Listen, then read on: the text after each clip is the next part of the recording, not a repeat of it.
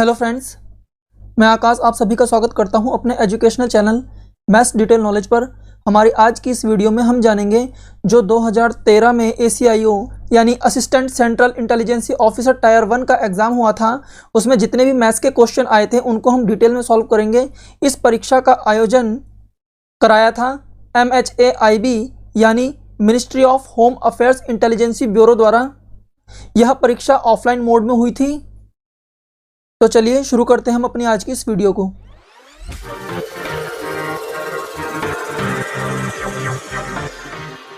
पांच अंकों की सबसे छोटी संख्या ज्ञात कीजिए जो 12, 18, 21 और 28 से विभाजित करने पर समान शेषफल 1 छोड़ती है। ये क्वेश्चन हमारा SCF और LCM से है, लेकिन इसे हम डिविजिबिलिटी रूल द्वारा आसानी से सॉल्व करेंगे। 5 अंकों की सबसे छोटी संख्या बतानी है जो हमें ऑप्शन में दी हुई है। 11019, 10081, 10059, 10289। 12, 18, 21 और 28 से विभाजित करने पर यह समान शेषफल 1 बचाती है। तो हम क्या करेंगे, इन संख्याओं में से एक एक घटा देंगे, तब यह संख्याएं 12, 18, 21 और 28 से पूर्णतः डिविजिबल होंगी। तो हम क्या करते हैं, -1 घटा देते हैं। कितना आ जाएगा, 11018, 10080, 10058, 10288। अब हम देखते हैं यहाँ पर है 12, यानी कि 4 × 3, यानी कि जो अब ये बची हुई संख्याएं हैं वो पूर्णतः 12, 18, 21 और 28 से डिविजिबल होंगी। और जब यह संख्याएं 12 से डिविजिबल होंगी तो इसका मतलब है ये 4 और 3 से भी डिविजिबल होंगी। तो 4 की जो डिविजिबिलिटी रूल है वो क्या कहता है, लास्ट 2 डिजिट डिविजिबल बाय 4। 18 4 से डिविजिबल नहीं है, इसलिए ये ऑप्शन नहीं होगा। 58 4 से डिविजिबल नहीं है, तो ये भी ऑप्शन नहीं होगा। अब हमारे पास बचते हैं 2 ऑप्शन। यहाँ पर ये संख्या 3 से भी डिविजिबल होनी चाहिए। तो 3 की डिविजिबिलिटी रूल क्या कहता है, जो ये संख्या है इनकी सभी अंकों को आपस में जोड़ने पर जो संख्या हमें मिलेगी वह 3 से डिविजिबल हुई, तो ये पूरी संख्या उस 3 से डिविजिबल होगी। यानी कि 8 और 1 9, जो कि 3 से डिविजिबल है, यानी कि पूरी संख्या भी 3 से डिविजिबल होगी। 8 और 2 10, 8 और 1 9, यानी कि 19, और 9 और 1 10, यानी कि 1 3 से डिविजिबल नहीं है, इसलिए ये संख्या भी 3 से डिविजिबल नहीं होगी। इसका मतलब हमारा आंसर क्या है, option find the missing number in the following series. हमें एक ये सीरीज दी है और ये क्वेश्चन नंबर सीरीज का है। तो हम देख लेते हैं, ये है 4, 18, 100, 180, 294। हमने हमेशा कहा है कि सबसे पहले इनके बीच का डिफरेंस चेक कर लेना चाहिए। कई बार क्या होता है, डिफरेंस चेक करने से ही हमें पता चल जाता है कि इनके बीच में क्या पैटर्न चल रहा है। तो हम देख लेते हैं, प्लस का 14, यहां हमें नहीं पता, यहां पर भी नहीं पता, प्लस 18, प्लस 4 1 1, यहां से चेक कर लेते हैं, प्लस का 4 3। अब यहां से हमें आगे कुछ नहीं मिल रहा, तो हम इसको यहां से छोड़ देते हैं क्योंकि हमें डिफरेंस से कुछ पता नहीं चल रहा है। तो हम अगली चीज चेक कर लेते हैं, क्या बन सकता है, क्या पॉसिबिलिटी है। हमें दिख रहा है यहाँ 4, जो कि होता है 2 का स्क्वायर, तो हम लिख देते हैं 2 का स्क्वायर। आगे 18 है, ये तो किसी का स्क्वायर नहीं होता है, तो हम चेक कर लेते हैं कितने का बन रहा है। ये 4 का स्क्वायर बनेगा और 2 ऐड हो जाएगा। यहाँ पर तो हमें पता ही नहीं है, हम इसको भी चेक कर लेते हैं, ये कितने का हो जाएगा, 10 का स्क्वायर। हम यहाँ इसको भी छोड़ देंगे क्योंकि यहाँ चल रहा है 2 स्क्वायर और यहाँ 4 स्क्वायर प्लस 2, तो यानी अगली जो संख्या होनी चाहिए थी वो भी कोई परफेक्ट स्क्वायर होना चाहिए था, लेकिन वो इसके बाद वाला परफेक्ट स्क्वायर बन गया है, तो हम इसको भी छोड़ देंगे। कुछ और ट्राई करते हैं, यह 2 स्क्वायर, यहाँ बन सकता है 3 स्क्वायर, 3 3 9 और 9 दूनी 18, पॉसिबिलिटी है, छोड़ देंगे। ये बन सकता है 5 पंजे 25 का स्क्वायर और 25 चौक 100। यहाँ से एक सीरीज बनती हुई हमें दिखाई दे रही है। अगर मैं इसको मल्टीप्लाई 1 कर दूँ तो ये हो जाएगा 2 का स्क्वायर इंटू 1 4, 3 का स्क्वायर इंटू 2 18, और यहाँ हम लिख सकते हैं 4 का स्क्वायर इंटू 3, और आगे आ जाएगा 5 का स्क्वायर इंटू 4 जो कि 100 है। यानी नेक्स्ट टर्म क्या हो जाएगी, 6 का स्क्वायर इंटू 5, 6 इंटू 6 इंटू 5, 6 पंजे 30, 3 6 3 18, 180, यानी कि सही है। अगली टर्म भी चेक कर लेते हैं। ये हो जाएगा 7 का स्क्वायर इंटू 6, 7 इंटू 7 इंटू 6, यानी कि 7 7 49 इंटू 6। हम इसको मान लेते हैं 50 माइनस 1 इंटू 6, कितना हो जाएगा 6 पंजे 30, यानी कि 300 माइनस 6, यानी कि 294, यानी कि वेरीफाई हो गया। इसका मतलब यहाँ पर जो ये वैल्यू आएगी यही होगी, यानी कि कितनी हो जाएगी ये 4 चौक 16 इंटू 3, 16 3 48, यानी कि ऑप्शन सी इसका सही आंसर होगा। यदि 20 में p% की वृद्धि करने से समान परिणाम मिलता है जो 60 में p% घटाने से, तो 70 का p% कितना है। ये क्वेश्चन परसेंटेज से है। क्वेश्चन की लैंग्वेज पढ़ने से तो हमें ऐसा लग रहा है डायरेक्ट सीधा ऐसे हो जाएगा, 20 plus p% is equal to 60 minus p%, तो ये बिल्कुल गलत है। इसको हम एक एग्जांपल के थ्रू समझते हैं। जैसे हमने कहा 50 में 20% की वृद्धि करने पर, तो इसका मतलब क्या हुआ, कोई भी वैल्यू होती है वो अपने आप में 100% होती है, यानी कि 50 क्या है अपने आप में 100% है, और हमें 20% चाहिए, तो हम क्या करेंगे, 100% जो है 50 के बराबर है, हम 5 से डिवाइड कर देते हैं तो हमें मिल जाएगा 20%, जो कि होगा 10, यानी कि 50 में 10 जोड़ देंगे तो आ जाएगा 60। इसको हम ऐसे भी समझ लेते हैं, 50 में 20% की वृद्धि, यानी कि 50 थी वैल्यू और इसमें 20% की, यानी 50 इंटू 20%, कितना आ गया यहाँ 50 plus 50 into 20 divided by 100, cancel कर देंगे, कितना निकल के आ जाएगा 5 दूनी 10, यानी कि 50 प्लस 10 इज इक्वल टू 60। बस यही सेम लैंग्वेज हमें यहाँ दी गई है, इसी तरीके से हम इसे सॉल्व कर लेंगे। हमसे कहा है 20 में p% की वृद्धि, यानी कि 20 प्लस 20 इंटू p%, सेम इधर भी यही आ जाएगा 60 माइनस 60 इंटू p%।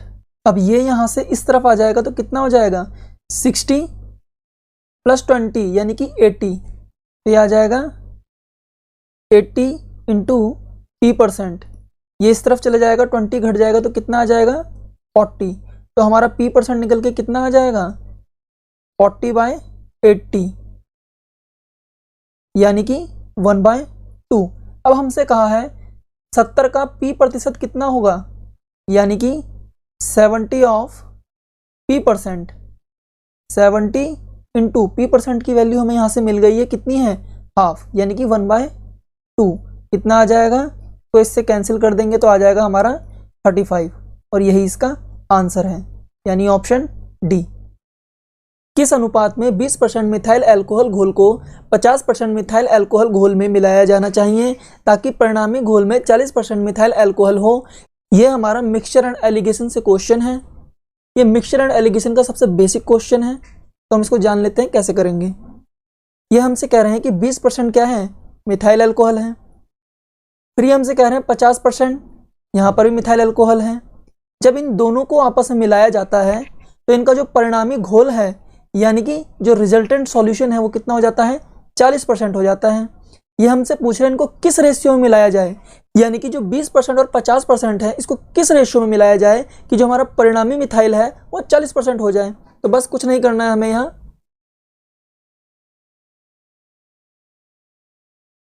एलिगेशन के थ्रू इनका रेशियो निकाल लेना है। जो सबसे बड़ी वैल्यू है उसमें सबसे छोटी वैल्यू को घटा देना है। 50 में से 40 गया 10%, 40 में से 20 गया 20%, कितना आ जाएगा यहाँ 1:2 और यही इसका आंसर है ऑप्शन ए। चलिए हम यहाँ डिटेल में से समझा देते हैं कि एक्चुअल में यहाँ पर हो क्या रहा है। हमने कहा एक जार है, एक दूसरा भी जार है, इसके अंदर जो मिथाइल अल्कोहल है वो कितना है 20% और इसके अंदर जो मिथाइल अल्कोहल है वो कितना है 50%।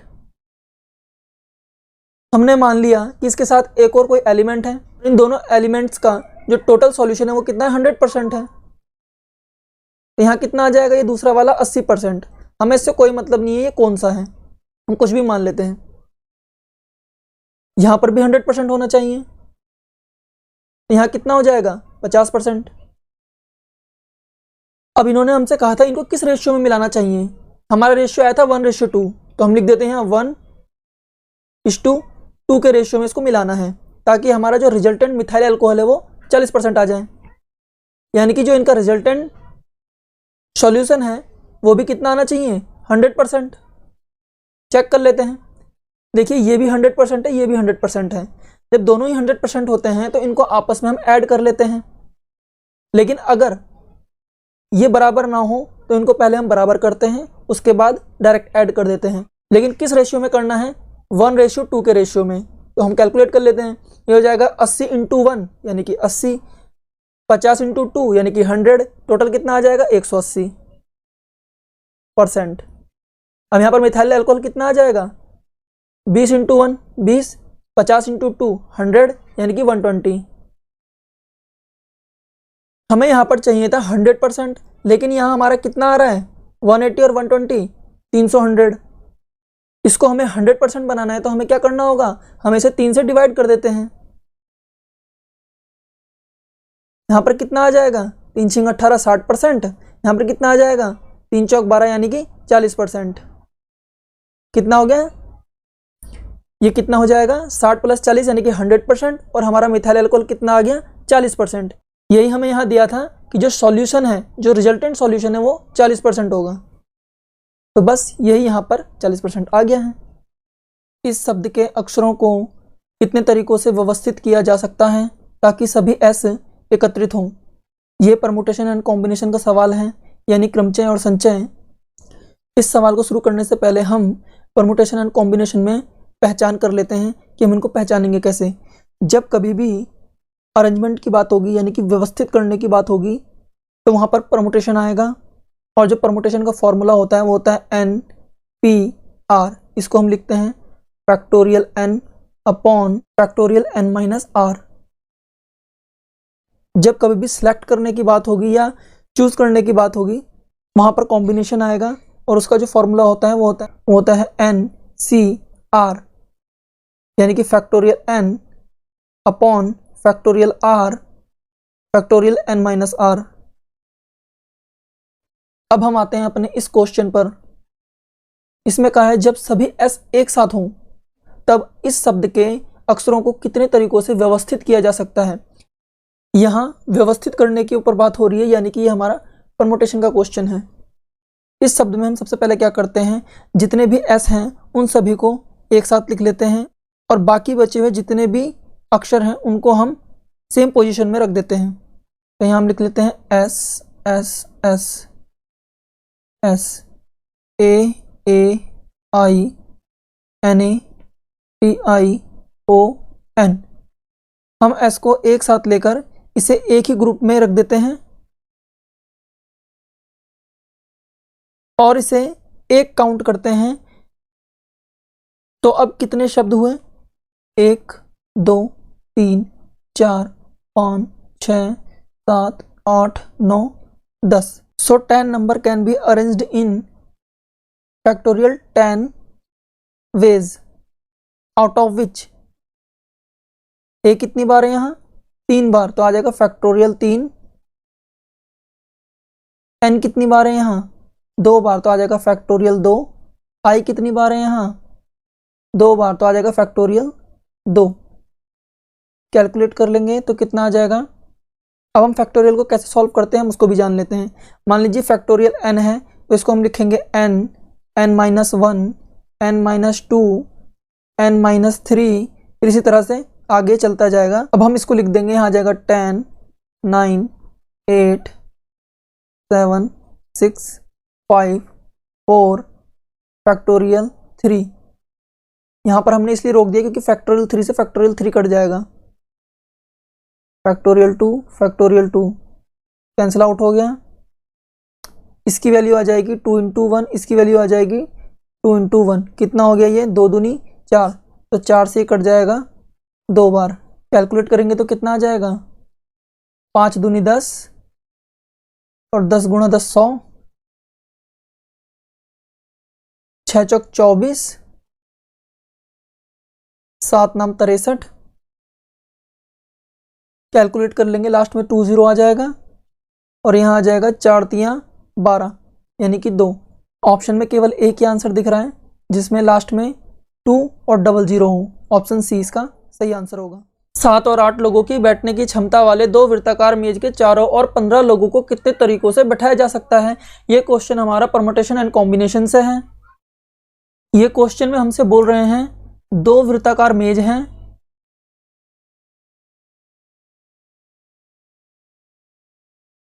इन दोनों की कैपेसिटी जो है एक की 7 लोगों को बिठाने की है और एक की 8 लोगों को बिठाने की है। इनिशियली हमारे पास 15 लोग हैं। हम मान लेते हैं हमें सबसे पहले 8 सीटिंग कैपेसिटी वाले टेबल फिलअप करना है, यानी कि ये 15 लोग हैं और उन्हें हमें टेबल पर अरेंज करके बिठाना है। अगर 15 में से 8 को सिलेक्ट करें, अब सिलेक्ट करने की बात हुई है तो यानी कि यहाँ कॉम्बिनेशन आएगा, यानी कि क्या आएगा? संचय। तो 15 में से 8 को सिलेक्ट करेंगे तो क्या आएगा?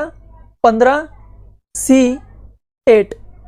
अब यहाँ से देख के हमें पता चल गया कि जो ये ऑप्शन ए है और ऑप्शन बी है वो तो हो नहीं सकता, क्योंकि 15C8 केवल 2 ही ऑप्शन में है, सी और डी में।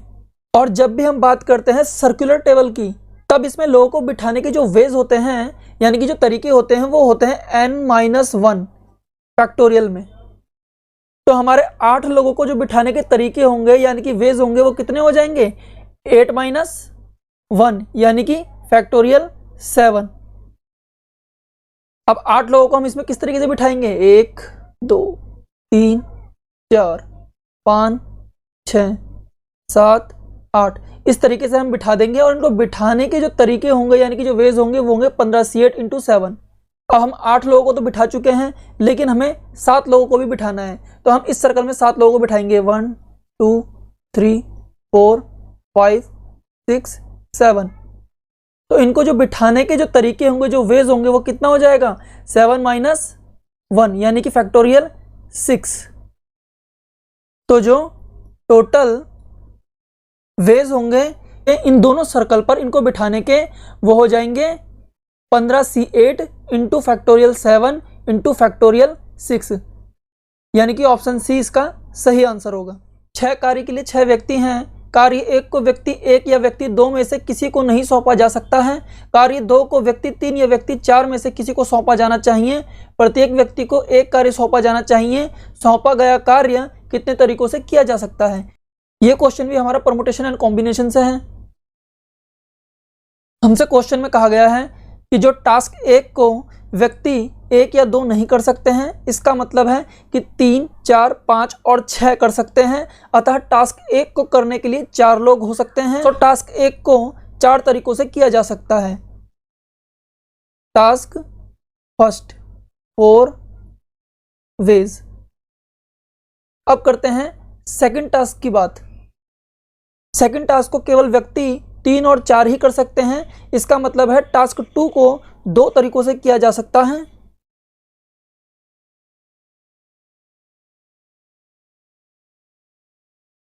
अब बची हुई टास्क के लिए कोई कंडीशन नहीं है। बची हुई 4 टास्क को फैक्टोरियल 4 तरीकों से किया जा सकता है, यानी कि जो रिमेनिंग 4 टास्क हैं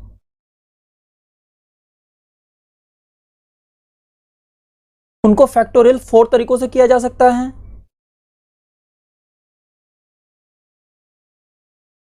कहने का मतलब है जो टास्क 1 है उसमें 3 4 5 6 लोग कर सकते हैं, यानी कि इसको करने के 4 तरीके हो गए। टास्क 2 में केवल 2 ही लोग कर सकते हैं, इसलिए इसके 2 वेज हो गए। हम बोल देते हैं कि टास्क 2 में 3 है और टास्क 4 में 4 है, या हम ये भी कह सकते हैं कि टास्क 2 में 4 है और टास्क 1 में 3 है। तो बचे हुए कहाँ होंगे? तीसरे टास्क के लिए कितने लोग हो जाएंगे? 4, जिनमें से 1 फिक्स हो जाएगा।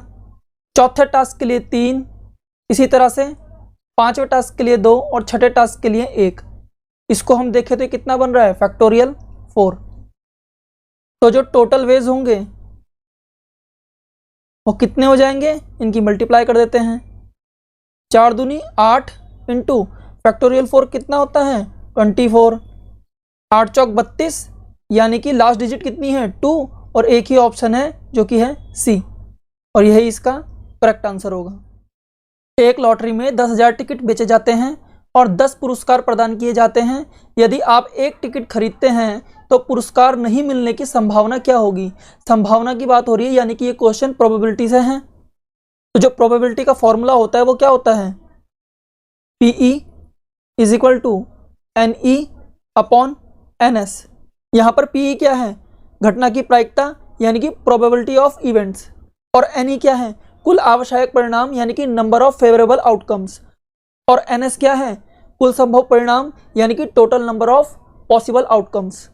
तो इस क्वेश्चन में हमारा जो PE होगा वो क्या हो जाएगा? एक टिकट खरीदने पर पुरस्कार जीतने की संभावना, यानी कि प्रोबेबिलिटी ऑफ विनिंग, और जो हमारा NE है वो हो जाएगा 10 पुरस्कार में से एक पुरस्कार मिलने की प्रायिकता, यानी 10 में से एक को सिलेक्ट करना है। यानी कि ये क्वेश्चन जो है कॉम्बिनेशन का बन रहा है, यानी कि जो हमें चॉइस करनी है वो करनी है 10 में से एक की, यानी कि 10C1। इसमें NS क्या होगा? 10,000 टिकट में से वह टिकट आपका हो, इसकी प्रायिकता होगी। अगेन हमें सिलेक्ट करना है, अर्थात कॉम्बिनेशन, यानी कि 10,000 में से हमें सिलेक्ट करना है एक को, यानी कि 10,000C1। तो जो हमारी एक टिकट खरीदने पर पुरस्कार जीतने की जो संभावना है, यानी कि प्रोबेबिलिटी है, वो हो जाएगी PE is equal to 10C1 divided by 10,000C1। उम्मीद करता हूं जो कॉम्बिनेशन का जो चैप्टर है उसमें आपको फैक्टोरियल कैलकुलेट करना आता होगा। यहाँ मैं डायरेक्ट लिख रहा हूँ, 10C1 हो जाएगा यहाँ 10, और 10,000C1 यहाँ हो जाएगा 10,000। 0 से 0 गया तो यहाँ आ गया 1/1000। ये तो हो गया हमारा एक टिकट खरीदने पर पुरस्कार मिलने की संभावना, यानी कि प्रोबेबिलिटी। अब बात करते हैं हम, जो हमसे क्वेश्चन में पूछा गया है कि ना मिलने की संभावना क्या होगी। तो किसी घटना के होने की संभावना प्लस उसी घटना के ना होने की संभावना जो होती है वो होती है 1, यानी कि PE plus PE dash is equal to 1। PE हमारे पास है 1/1000 plus PE dash is equal to 1। तो यहाँ से हमारे निकल जाएगी ना होने की संभावना, PE dash is equal to 1 - 1 divided by 1000। तो आ जाएगा हमारे पास 999 डिवाइडेड बाय 1000। यही हमारा इसका आंसर होगा, ऑप्शन सी। एक ट्रेन एक समान गति से दो स्थानों के बीच निश्चित दूरी तय करती है। अगर ट्रेन 10 किलोमीटर प्रति घंटा तेज गति से आगे बढ़ती है तो 2 घंटे कम लेती है, और यदि ट्रेन 10 किलोमीटर प्रति घंटा धीमी थी तो उसे निर्धारित समय से 3 घंटे अधिक लगेंगे। ट्रेन द्वारा तय की गई दूरी ज्ञात कीजिए। यह हमारा टाइम, स्पीड एंड डिस्टेंस का क्वेश्चन है। यहाँ पर दूरी क्या है? निश्चित है, यानी कि कांस्टेंट है। हमें स्पीड जो है, पहले तो कहा गया है 10 किलोमीटर प्रति घंटा तेज है, यानी कि +10, और उसके बाद 10 किलोमीटर प्रति घंटा धीमी है, यानी -10। टाइम की बात करें तो हमें यहाँ दिया गया है जब 10 किलोमीटर प्रति घंटा तेज है तो 2 घंटे कम लेती है, और जब 10 किलोमीटर प्रति घंटा धीमी है तो उसे निर्धारित समय से 3 घंटे अधिक लगते हैं, यानी कि +3। क्रॉस मल्टीप्लाई कर देंगे हम इसकी, तो कितना आ जाएगा हमारे पास? 10 × 30, 10 दूनी 20, माइनस माइनस प्लस हो जाएगा। कितना रेशियो आ गया यहाँ? 3:2। ये रेशियो जो है हमारा ओरिजिनल स्पीड का नहीं है, ये जो रेशियो है ये हमारा फास्टर एंड स्लोअर स्पीड्स का है। इन स्पीड का डिफरेंस कितना होगा? 1, जो इक्विवेलेंट होगा 10 किलोमीटर प्रति घंटा तेज स्पीड से जा रहा है और 10 किलोमीटर प्रति घंटा धीमी स्पीड से जा रहा है, इनके योग के, यानी कि 10 + 10 कितना हो जाएगा?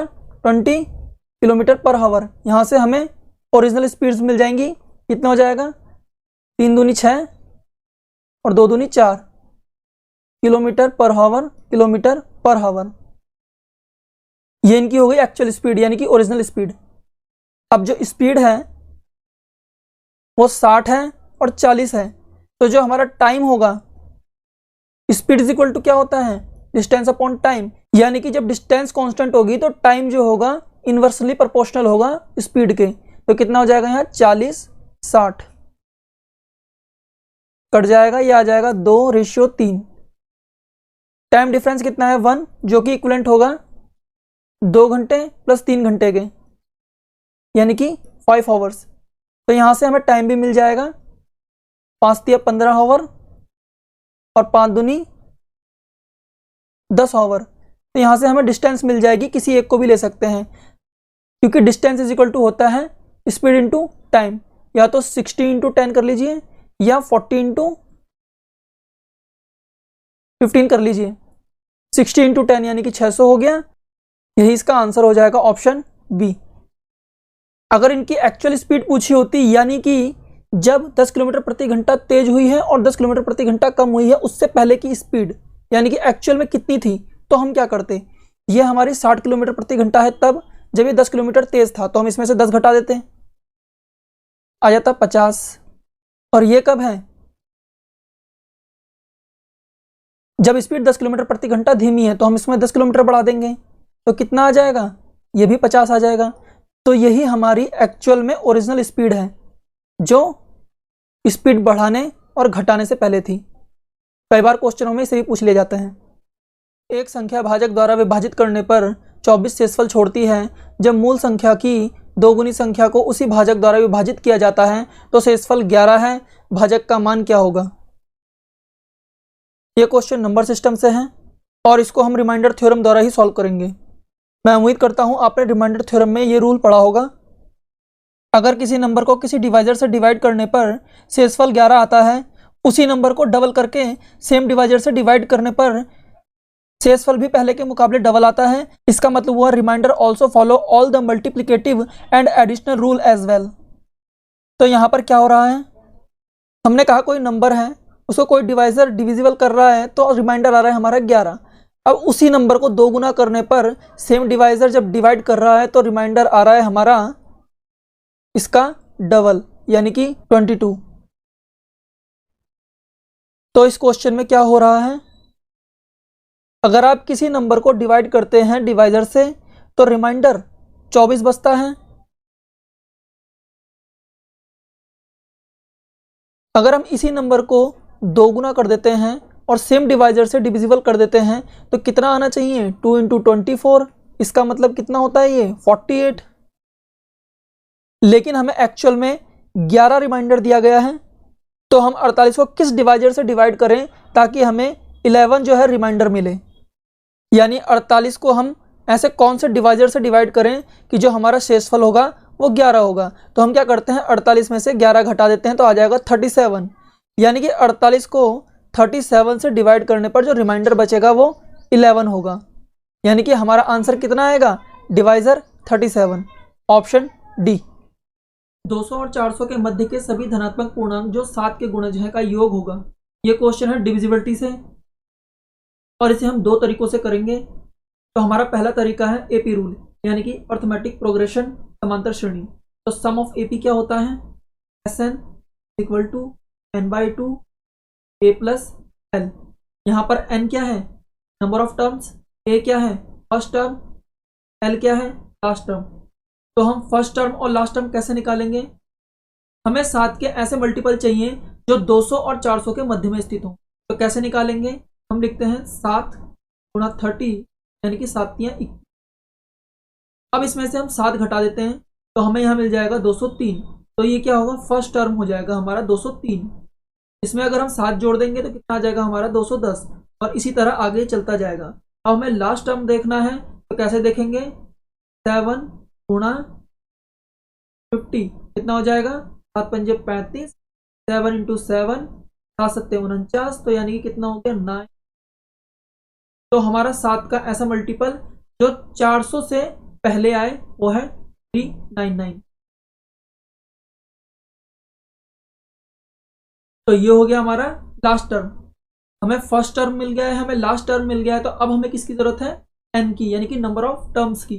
तो एन क्या होता है, last term minus first term divided by common difference plus 1, तो क्या आ जाएगा 399 minus 203 divided by common difference कितना होगा 7 हो जाएगा, बीच का डिफरेंस 7 7 7 चल रहा है, और प्लस 1 कितना हो जाएगा 9 में से 3 गया 6 9 1 डिवाइडेड बाय 7 प्लस 1 काट देंगे तो कितना आ जाएगा 196, 7 से जाएगा 28 टाइम्स यानी कि 29 आ जाएगा। ये हमारी आ गई एन की वैल्यू।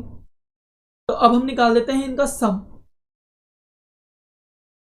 कितना आ जाएगा एन की वैल्यू है 29 इंटू ए कितना हो गया 203 और एल कितना हो गया 399 डिवाइडेड बाय 2।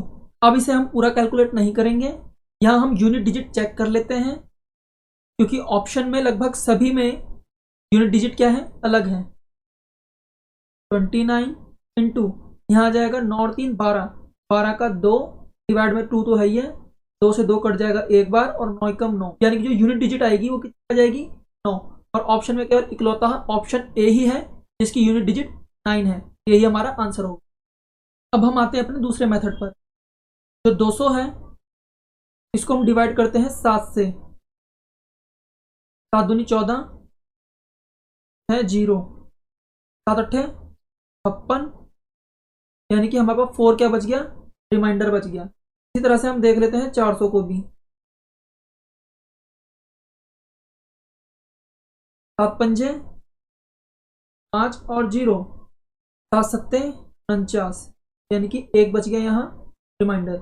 यानी कि अगर हम जो ये 4 रिमाइंडर बचा है इसको 200 में से हम घटा देंगे तो ये आ जाएगा 190 और इसमें 7 जोड़ देंगे तो हमें हमारी पहली टर्म मिल जाएगी जो कि है 203 और इसकी अगली टर्म हो जाएगी 210।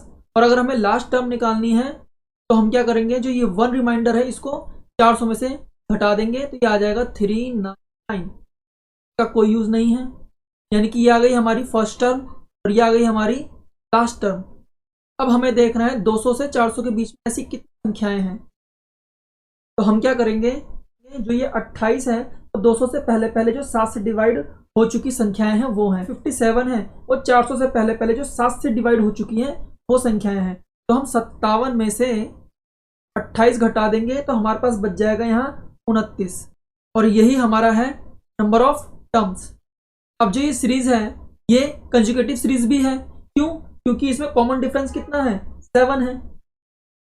तो कंजुगेटिव सीरीज में जो एवरेज का फॉर्मूला होता है वो क्या होता है, first term plus last term divided by 2 और मिडल नंबर और सम डिवाइडेड बाय नंबर। तो यहां पर हम एवरेज वैल्यू निकाल लेंगे। एवरेज कितना आ जाएगा, फर्स्ट टर्म है हमारी 203, लास्ट टर्म है हमारी 399 डिवाइडेड बाय 2। अब एवरेज का जो एक और फॉर्मूला होता है वो होता है average equal to sum divided by number.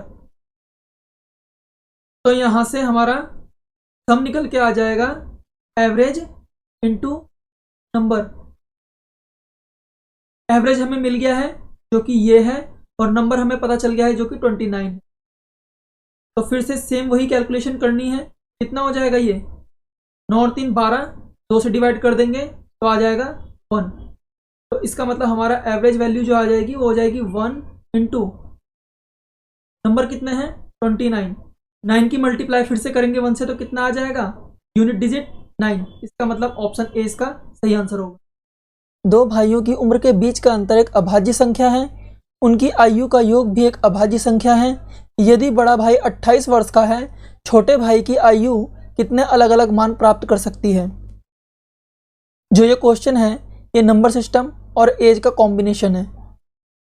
ये हमसे कह रहे हैं कि जो दोनों भाई हैं उनकी आयु का योग क्या है, एक प्राइम नंबर है, यानी कि एक एल्डर ब्रदर और यंगर ब्रदर, दोनों की जो आयु है उनका योग क्या है, एक प्राइम नंबर है।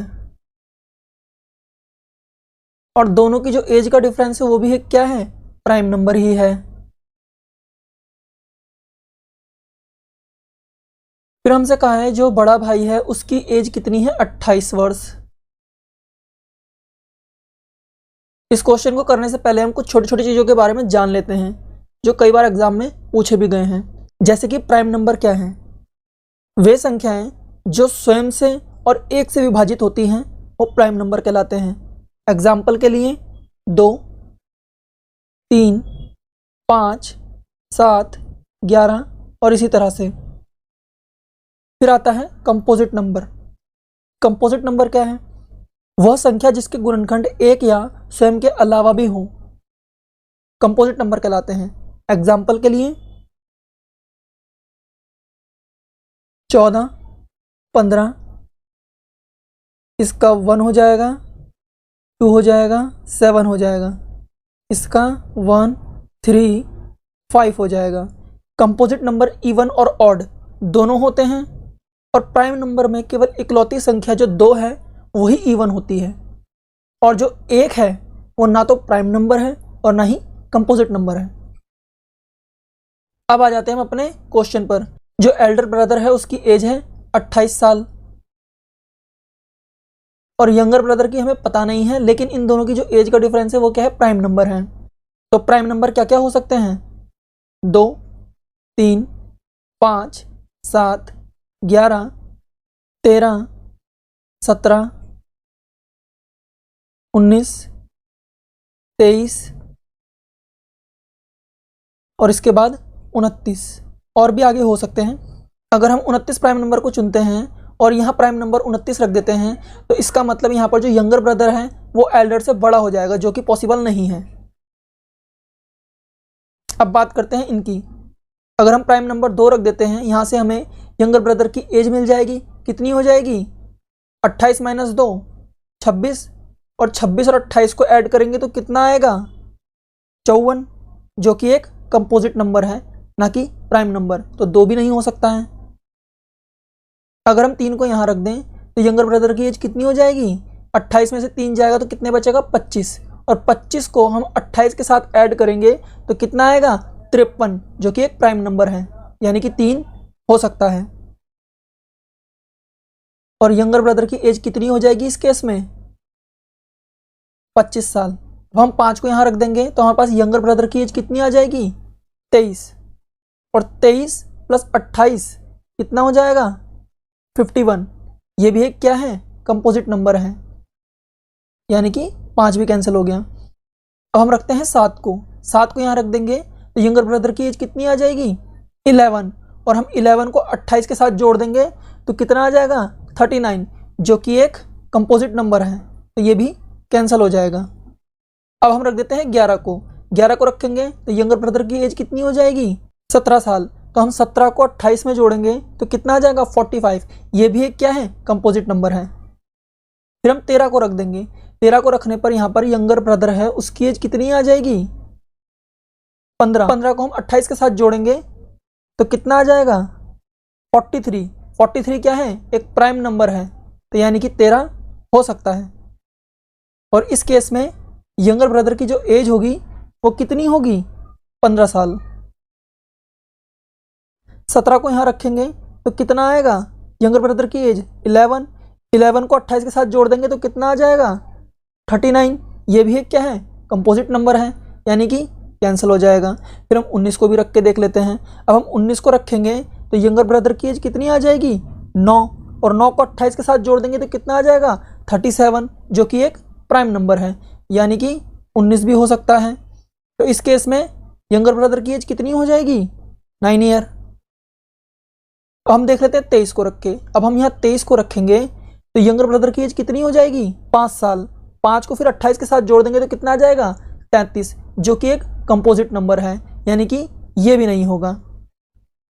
तो हमारे पास केवल ऐसी 3 ही वैल्यू हैं जो इन कंडीशनों को सेटिस्फाइड करेगी, और उस केस में यंगर ब्रदर की एज 25 साल, 15 साल और 9 साल होगी, यानी कि ऑप्शन 3 इसका सही आंसर होगा। अगर इतनी कैलकुलेशन हम एग्जाम में करने बैठे तो आधे बावले तो हम वैसे ही हो जाएंगे।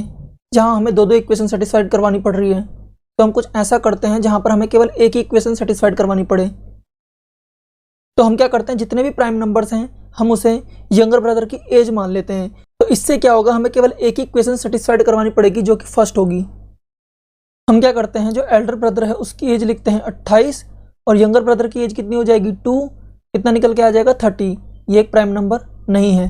फिर हम लिखते हैं 28 और हम कर देते हैं ऐड 3, कितना हो जाएगा 31, जो कि एक प्राइम नंबर है। फिर हम करते हैं 28 + 5 = कितना हो जाएगा, ये 28 और 2 30 और 3 33, ये भी एक प्राइम नंबर नहीं है। फिर हम करते हैं 28 + 7, कितना हो जाएगा 7 × 14 = 15 का 5 हासिल लगा 1 यानी 35, ये भी एक प्राइम नंबर नहीं है। फिर हम करते हैं 28 + 11, कितना हो जाएगा 93, ये भी एक प्राइम नंबर नहीं है।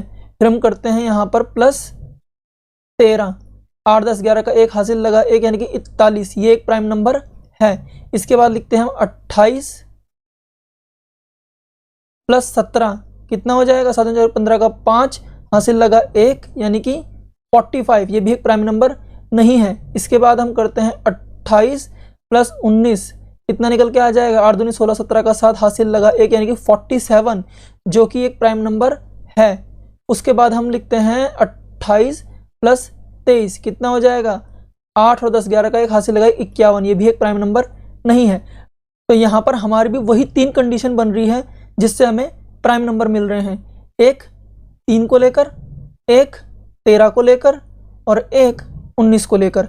यहाँ पर भी सेम वही था, 3 13 19। तो इस तरीके से हम इसे थोड़ा आसानी से सॉल्व कर सकते हैं।